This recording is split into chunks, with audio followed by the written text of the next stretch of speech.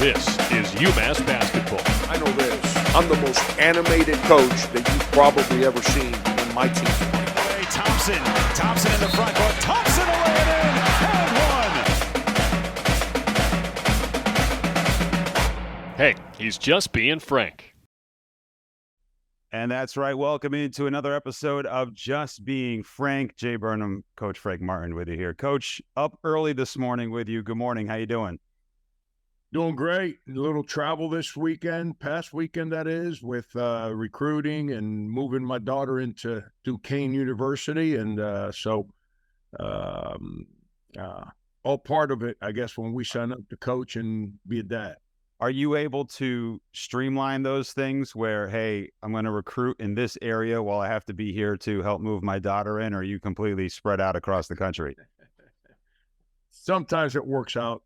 Sometimes it does not. It's one of the hardest part of my job, with my oldest, who obviously yourself and UMass got to meet last year, and Brandon, who played with us, and then my daughter, who's a volleyball player, and my youngest, who's going to be a sophomore this year, Wilbraham Munson, who Mannix, who we had on the podcast last week, is going to be his coach. And I try everything I can to see them play as much as I can, but unfortunately, the job sometimes. It's hard to recruit in Georgia and see a game in Springfield, Mass. So it's, but that's where having a great staff comes into play. It's, Jay, not to get off on a tangent here, but as we do the podcast and we get to meet some of the coaches, Brian Steele's the only one who doesn't have children.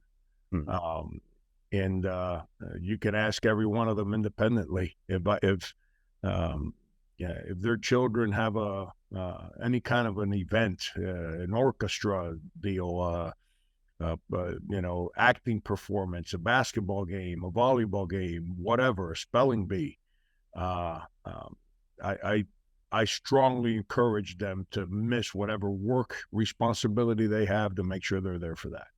Yeah, especially, during the season, you get into it and you can't miss games, so you're locked in, and I think that's a pretty good coaching policy you have. And speaking of the coaches, I want to talk a little bit about your new assistant coach Nelson here in just a little bit. But you're talking about recruiting, and as I'm on my way into the Champions Center this morning, I'm thinking about how to construct a team in the transfer portal area. We'll talk about that down the line as well. You had some news last week. Has your philosophy changed in terms of how you build a team over the last 3 years? Yeah, everything's too new to say to you, yes, this is my philosophy, new philosophy, old philosophy. The old philosophy was pretty simple. You kind of knew who your sophomores were and you knew who your juniors were, and you can kind of predict, I need a point guard, I need a center, and an athlete, whatever, and in the class of 25, and you start identifying guys in that class that fit the necessities, and then you coach the season. And I know people don't like to hear this, but the reality of everything is that there's always one or two guys that in our private conversations, we always knew they probably weren't coming back, whether is because of honest conversations, because somebody, just hasn't made any progress and they're going to struggle to play. And in fairness to them, my job is to be honest with them from that standpoint. And now we bring them here and they're not good enough and they want to stay. I got to make it work. I don't speak for others. I speak for myself. But I learned from a lot of coaches. So it's that's where my values come from. My family and the coaches in my life is, you gotta, if you believe in them when you recruit them, then you better believe in them when you're coaching them. And, and then other guys aren't happy. Personalities don't connect, player to player, player to coach, coach to player, whatever it may be. But at least we all knew that, so we can kind of prepare as the season went on to what we needed to identify. Now it's long-term projections are impossible. And it's the saying that I've taken on as of late. Uh, you can be winning, even the guys you get along with are transferring. And the problem is that you find out about it way too late. And as a coach, you start, I don't want to say scrambling, but you don't have a set plan in place. So the only thing that I can tell you that I'm trying to do is in the fall, I'm going to recruit freshmen. I still believe in the journey. I still believe in the relationship building. I still believe that we can identify the right people to grow with. I'm a strong believer in that. And today I got to deviate from believing in people and believing in relationships. I need to find a new profession.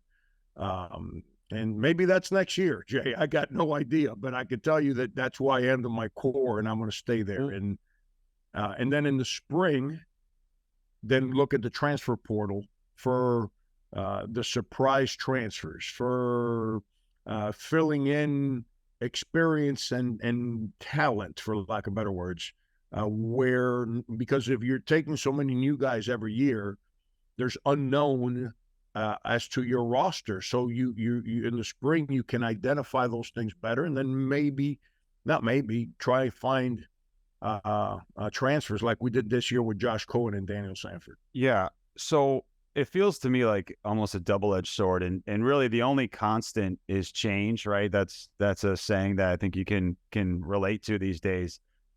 The freshman class, it feels like there's maybe guys that are getting passed over because of the transfer portal. So they're not getting as recruited as hard sometimes. But the converse of that is if they have a good year or 2 good years, they can get in the portal and go. So it feels to me like that's the name of the game is how do you thread that needle?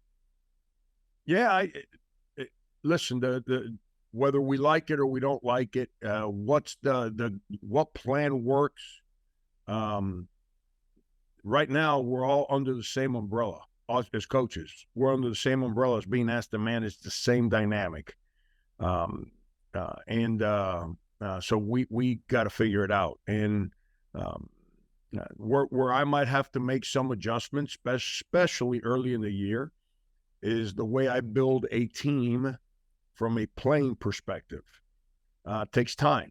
It's built through repetition. It's built through structure. I'm a big believer in structure. Life, you don't succeed just doing whatever the heck you want to do. It's life is about structure and coexisting with others and understanding how to operate at your best through your talents in your space, not in someone else's space. The weight room, building up their bodies and their minds in the weight room, developing the defensive principles that you need to have a good team, offensively getting guys to learn how to play with one another in structure, not just showcasing an individual player. Those are the things I believe in, and that's how I've built my coaching career over the last 39 years. And with so many new players, do we play more zone early in the year just to be safer, even though zones can be just as bad as man-to-man sometimes. Offensively, do we play a little more ISO basketball early in the year while guys learn how to play in structure and, develop that as the year goes on? Those are all the things that as a staff we're talking about. But I don't think there's a set plan right now as to this is what works. I don't think anyone knows. There's some people that are saying, the heck with freshmen, I'm going all in on transfers. Right. Well, that's great. Yeah, but for example, there's a new rule that just kicked into place. So if I take Jay Burnham on as a transfer and Jay comes, I'd probably grow hair. It'd be counter that, whatever you call that, the opposite effect. You know what, Jay? After looking at your set of hair, maybe I should take you on as a transfer. If I can grow that thing back, Yeah, well, just it's osmosis. It gets into the team DNA and will grow back for you. But there's some, so if I take Jay Burnham on as a transfer, and Jay Burnham comes to UMass, and in late November, Jay Burnham realizes, like, all right, I didn't crack the starting lineup. I'm not playing as much as I like. And Jay walks into Frank's office and says, hey, Frank, you know what? I just don't want to play ball no more. So I'm good. Well, let's say you were a sophomore. Well, I'm on the hook with your scholarship for the next 3 years. I cannot use that scholarship. You can quit school and leave. I can't use it for 3 years because you have 3 years of eligibility left. And, now if you transfer another school, once you start school, then I can use it. But if you just want to be on campus and just, the heck with playing, and you want to be disruptive on my team and not go to class and have social issues, get in trouble in the community and social issues and all that stuff, not do what I ask you to do on the court, I can't replace the scholarship. Is that to entice teams to develop players and men who play the game and want to do it the right way, or is that something that protects the player? How does that fit in? Well, this is where I get in trouble. And since you're on this podcast with me, you get in trouble with. That's great. Right? This is where some people try to stay away from me because, like the title of the podcast is Just Being Frank. Just be frank. I struggle with BSing people just because I'm in a public setting. The people that make these decisions have no idea what sports are like, what a college locker room looks like, feels like, or even how to manage a college locker room. They have no idea the journey of the athletes or the coaches. And to be honest with you, they don't care. They just make rules to appease the public. And then what happens is that's the transfer window. Boom. All right, so everyone's complaining about transfer. Okay, so let's make another rule to make it harder for people to take on transfers. And they just keep adding rule after rule after rule after rule. Yeah. And they like all these committees, think about this, Jay. All these committees that exist that form the opinions that are passed on to the president so they can vote, so they can determine the changes and how to manage the changes. There's not a coach, not one coach on any of these committees, not one. But we're the ones that recruit these young people. We're the ones that manage their daily lives. And the people that never interact with them other than maybe one meeting a year, those are the ones making decisions as to what works and what doesn't work. Heck, I'll take it a step further. These committees even listen to the student athletes. They put the student athletes in the room, but they don't put the coaches in the room. And okay, so let's say that you think I'm this whack job that doesn't deserve a voice because I'm fair. Well, Matt Painter is as good a coach, as intelligent a coach, as outspoken a coach for everything that's right in this sport. Why don't you let him in the room and let him express the journey he's going through? Because I can tell you, I sit on all these boards with Matt, and he and I have very similar views as to what's right and what's wrong. And as Tom Izzo and everyone else that I interact with, because we're the ones that live it. We understand it, but yet nobody cares what we think. I think what I heard there at the beginning was you start to legislate the problem that has come out, and then you start layering it where it becomes this difficult web to navigate. And I'll put a pin in this because we can come back to this throughout the summer for sure. But you had a man that you've known for years, Wilden Slovak, enter the transfer portal last week, I think just after we recorded our last episode of Just Being Frank. He came out and he had tweeted, I'm going to read it for you here, have been blessed to be coached by you and learn from you, Coach Frank.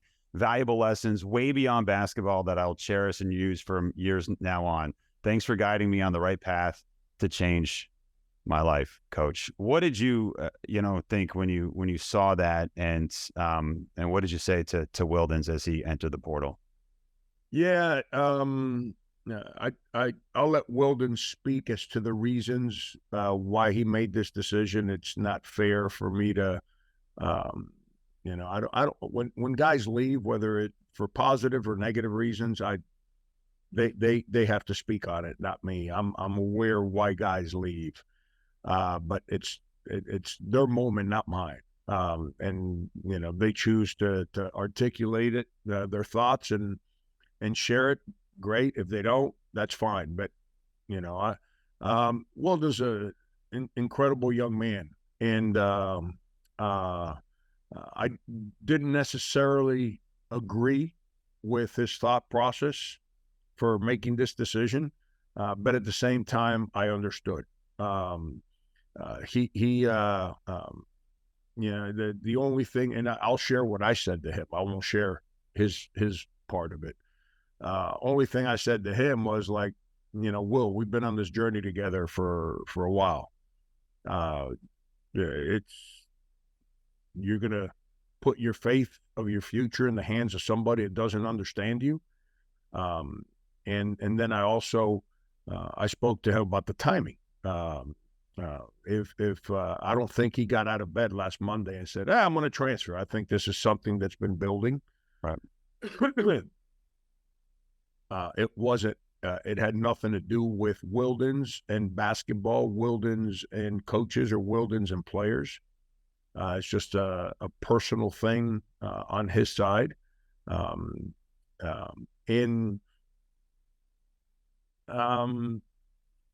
wish he would have articulated some of the things that he was struggling with to me earlier in the spring for two reasons. Number one, so I could have maybe helped him through some of these thoughts that were frustrating to him.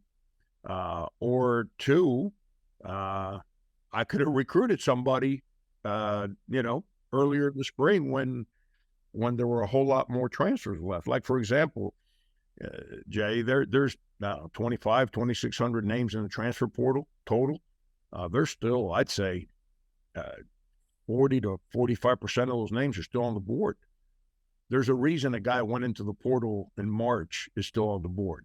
And usually it's not talent.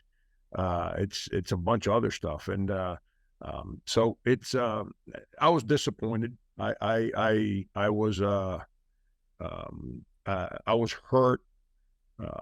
He's not the first transfer I have that I get along with. But I understood. I understood his reasoning. I understood what he's trying to get out of this.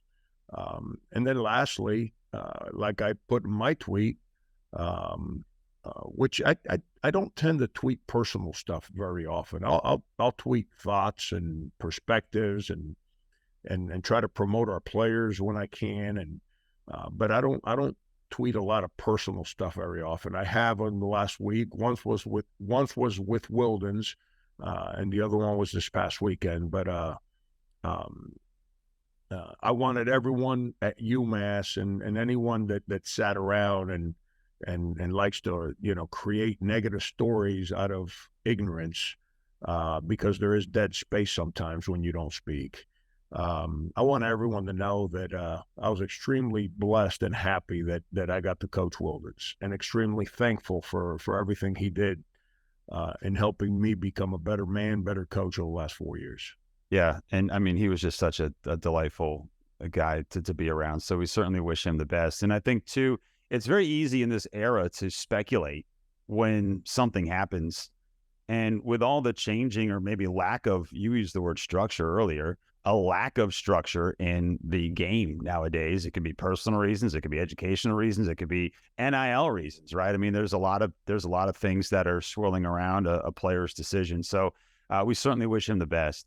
And I guess that means, you know, now you got to find some. You got room for one more. Well, it's let me throw this at you, because it's the question I've never oversigned. Up until recently, I started oversigning. And for people that don't know what I mean by that is, we have 13 scholarships. So if I've got 8 guys on my team right now and 6 guys, we sign 6, that's 14. So we oversigned. Well, the Big Ten, which everyone perceives to be the holier than holy conference in the country from a marriage of ethics, academics, and athleticism. Okay. The Big Ten in men's basketball has approved a policy where coaches are allowed to oversign by 2 every year. And this year I oversigned in the fall. Last fall I oversigned, and it's something that I remember one time we had, I don't know, I think it was South Carolina, I can't remember, I'm getting old, and we had so many players on the team. We're in the middle of the season, and we had signed the same number to fit the number of seniors we had in the fall. And then we got a public commitment in January. So one of the media members, asked me something along the lines of like, "Hey, coach, I just saw that you got another commitment. Obviously you can't speak on it, but you don't have room. How are you going to do this?" In my typical joyful, ignorant ways. Yeah, you've been around me a little bit. I got moments where sarcasm might be part of my DNA. I said to the guy, I don't know how much you know about me, but I'm trained to be a math teacher, and that's where my education came in. And counting the 13 was a requirement before they allowed me to teach math. So I kind of know how to get to the number 13. It gets a little tricky right now, publicly, because you have to probably oversign to prepare for the fall, for the spring. And we did that this year. And yet here we are with a transfer from one of the good guys, which, by the way, this is a conversation that you and I need to speak of off air, to create the right questions and the right thoughts, because there's different kind of transfers. And one of them is grad transfers, which is what Wildens is going to be. I'm all for grad transfers. You graduate from a school, you've completed your academic mission. I think I've always felt this way, you have the right to then make whatever decision you want to make if you still have eligibility left. Because a lot of times with grad transfers, the school they're at doesn't have the major that they want in grad school. Or, let's be honest, they might not be admitted into the major that they want in grad school at that school. And rather than just enroll in some blah major, they go to another school. And if you're dealing with grad transfers, academics is obviously part of their life because they've been in school for so long. So, but do we need to set some kind of timetable for grad transfers? Just the way we're trying to create for undergrads, where they got to, and May 11th. And by the way, that May 11th date that everyone celebrates now is the closing of the transfer portal. Like, we don't get to hang out with William Shatner after May 11th and Spock and the boys. The portal is closed. Yeah, but that's only for first-time transfers. Yeah. If you've already transferred, you can put your name in March 1st, and it doesn't matter. And if you're a two-time transfer, you can transfer May 15th, and it doesn't matter. You're going to have to sit. So, but the grad transfers, that's where I think I'm changing my opinion on. And too many guys around the country are finding out, like I just did with Wildens, too late on someone that they went into the summer depending on. I think we have to protect. By the way, we have to protect our universities and our programs. But when I say these things, I don't ever want anyone to feel bad for me. I coach basketball. Okay, I make a lot of money coaching basketball. We're gonna figure it out. That's and us coaches, we get frustrated because the Izzo, like when you put Izzo, me, Painter, all of us guys that are older now in this business in the same room, our frustration doesn't come from players living better or have the opportunity to make money. Our frustrations come that everything is becoming transactional. Tom Izzo has said no to the NBA numerous times because he doesn't want to be about transactions. He wants to be about relationships. Yeah. And right now, everything we're dealing with is becoming transactional. It's give me this in exchange for this. Okay, I know you've got meetings that you got to get to today, but I am curious when you talk about the oversigning concept. When did that start? How long has that been a thing? Yeah, people have oversigned forever. They just, no one ever made a big deal of it. Yeah. But now so many people have been doing it. It was never, you want to get a compliance person nervous, oversign, because they when you oversign, you're basically contractually obligated to more than the number that you're allowed. Yeah. And folks in compliance, which I fully understand, aren't comfortable with that. But that's why I use the Big Ten as an example. Like they're the league that everyone looks to, from all the above, from academics to ethics to everything. And and they've approved to oversign by 2 in men's basketball. So oversigning has been going on for a long time. I'm going to pick on him, and I hope he doesn't get mad because you call him by name. But Rick Pitino's done it, at least that I know of, for a long time. And, and it's just, we used to oversign because, let's say we've got this, and this is the way Rick would do it, which nobody understood back then. You got a sophomore named Jamal Mashburn on your team, and you're getting ready to go into his junior year. He's not staying another year. No. You've already had those conversations when you have somebody that talented on your team. You and them have had these conversations before the fall hits. So you go into the season understanding that he's gone. And so you oversign to protect yourself from, for absorbing that. All the fans, the people I feel bad for right now are the fans. And I genuinely mean that. I'm not trying to find sympathy or empathy from anybody.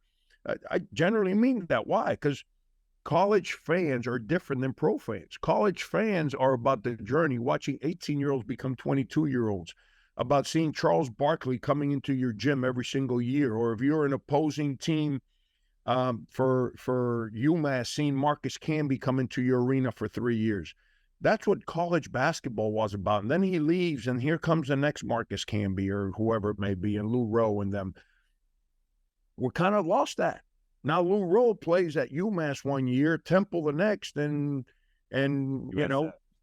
correct, the following year. And that's not, the college basketball model was not made to be that way. So the fans are the ones that are struggling to try and embrace all this, which I fully understand. And in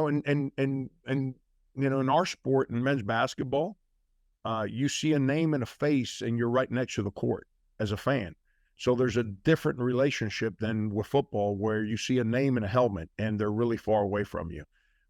So it's complicated, man. It's a difficult moment. Let me shift gears here. As you guys are in these workouts, we've been talking about this last couple of weeks. Is there, right now it seems like just working on individual skills, early season drills. Is there a drill or two that you really enjoy doing at this point, just to get guys in the flow of things, or working on a specific? I think the other day I saw you guys working on some floaters. Is there a drill or two that you really like to kind of hit home at this point of the year? You're going to laugh.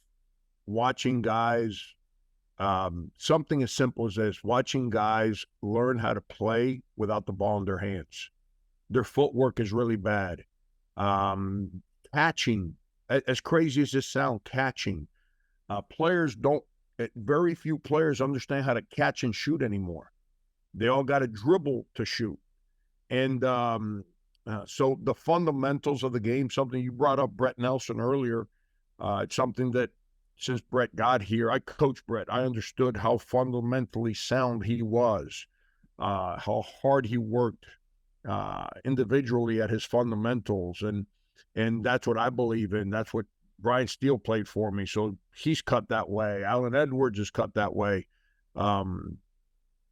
So we've put a staff together that we're using the summer to really, really comprehend the fundamental skills of every player. Players get tired of me repeating certain phrases over and over again, and one of the ones I constantly repeat is you cannot get bored with the fundamentals of the game, and that's catching, passing, dribbling, footwork. If you got bad footwork, you're going to be bad at all the above, and catching, passing, and dribbling. And so footwork is so important. Understanding how to play with the ball in your hands and understanding how to play without the ball in your hands. I just about season ended, I was on a plane and I was listening to this podcast, and they were talking about an old coach named Rick Majerus, who's an icon of business. And Coach Majerus had a great line. He said, "You don't set a screen, you use a screen." So if you constantly spend all your energies telling guys to set screens, well, they're going to move. Well, the screener has to get to a spot, and then it's up to the cutter to use the screen. I thought that was a great adjustment, because I've always said set screens, and that's a great adjustment that I'm going to make in my vocabulary when I'm on the court. Does that terminology matter, you think, to young kids? Like maybe one thing doesn't hit home, but you say it a different way, and it is a more enlightening thing for them on the court? I think so. I truly believe that our choice in words is what allows us to be consistent with what we teach. We can't use different words to teach the same thing. We got to use the same words across the board as a staff, and then your players buy into it. And and then the players start using the same words when they help each other and they communicate. And that's when you know you're starting to build a program, when everyone's speaking the same lingo rather than using different words for the same stuff. It's been fun watching your new assistant coach, Nelson, kind of working with the guys and the way that he's able to explain things. And, I want to get to him, and we're going to have him on the show here eventually in the near future. But this is a guy that was a head coach at Holy Cross. So you've added another former head coach to your staff, along with Coach Edwards and yourself. And you've got a guy that has been at Marquette for a couple of years, 4 years as a player at Florida, 3 years as a starter, and an appearance in a national championship game in 2000. So where does your relationship with Coach Nelson begin, and what do you think he brings to the table? Yeah, I mean, he played AAU for me back in 97, 98, I want to say. Did you have the best AAU teams of all time? I hear all these guys, they're just like, oh, yeah, he played for me too. Man, I that just means I've been around for a long That's true. time, Jay. It's, when you coach high school basketball for 16 years, you deal with a lot of these people, a lot of these guys at a young age, and Brett was one of them. How about my staff? This the stuff that as I get older and I kind of look back, for a grouch that nobody likes, and he's mean and nasty, and like I can't believe people tolerate him, and oh my God, it's embarrassing, and all this other great stuff that you hear people mumble about me. Tell me another coach in America that has 4 members of his staff that all played for him at one stage of his career. It's one of the great things when I come into work every day and I see Alan Edwards as my associate head coach, and and the father and the husband that he is. I see Doug Edwards, who was the first great player that I coached at a young age of 23, and I see the father and the husband, and the commitment to help young people that he has. I see, Brian Steele, someone that played for me when I first got to South Carolina, and we stunk, and I was over the top with how difficult I was back then trying to build that program, and he never ran away from it. In contrary, now he lives it and breathes it, and he's into holding people accountable and growing people. And then you add Brett Nelson to it. When DK, by the way, one of the great people, because DK and I were friends. Yeah. Before I hired him here, but after working with him, that's why I say the season reveals the truth. Because when you're around somebody for a weekend here and there 5 times a year, you all get along. You got to be a real jack, to not get along with somebody for 2 or 3 days. But when you live with somebody, then you actually have to deal with the good, the bad, and the ugly. And DK is one of the great people. I understand why they built this program on his shoulders back in the day, because he's one of the great uniters of people I've been around. Great spirit. And losing him was expected because he's too good. He's too good. So I knew that he was going to command one of the better jobs in the country. And but when that happened, I put my focus on who to hire. And Brett Nelson was right down the road at Holy Cross, and he had been let go. And I, Alan came into me and said, we call him Nelly. He came in and he said, "Hey, Frank, what do you think about B. Nelly?" I said, "I'm already thinking." And we had to be patient because I didn't want to offer him a job. And then a month later, somebody pays him 3 times what we're paying him to be an assistant somewhere, because that's the kind of credibility he has. But unbelievable competitor, work ethic, winner, McDonald All-American, like you said, goes to Florida. They go to a national championship game, frontline player on a team that won the SEC 3 times in his 4 years, I think. Yet, go look at his coaching resume. No one did him any favors. He started from the bottom up and has worked his way through this business through work and responsibility and showing up the next day. And that's what he's adding to our staff. And I'm really, really happy he's around us right now. Yeah, he was a significant contributor. I think second team All SEC. And I'm looking at the roster of that 2001 Florida Gators team. Udonis Haslam, Brett Nelson, Matt Bonner at the top of the scoring for that. That's a pretty good trio, huh? Yeah, man. It's him and Matt Bonner. They were roommates. They're tighter than you rope, and here's a great thing. Keeps me young.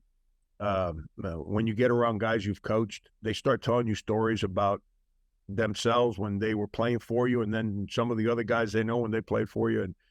And so I get around him and I start listening to stories about Udonis in college, and it gives me ammunition. So when I talk to Udonis, I can kind of go at him and settle him down. They get older, man, so they get braver, and they think they can start telling you more stuff and saying certain things. You're like, hold on, you don't need to share everything, right? Well, Coach, we're really excited to have Coach Nelson here on campus, and you are up against your time limit for your next meeting, so I'm gonna cut you free, all right? My man, it's been a pleasure. I don't know if you're enjoying this. I'm enjoying this a whole lot. I'm just worried I'm going to get in trouble at some point. Listen, I'm going to share something with you. I just became head coach at K-State, and I went up and sat in the stands at an AAU function with Kelvin Sampson, and some NCAA folks walked down the ramp, and Kelvin looked at me, and it was me, Kelvin, a couple other guys. I'm not going to mention the other guys out of respect, but Kelvin and I are good friends. And Kelvin looked at me and said, "Hey, Frank, you're in trouble. You're not going to be viewed as a black hat guy." And I said, "If I was worried about the black hat, I wouldn't be sitting next to your ass." That's exactly how that conversation went back then. But that's good.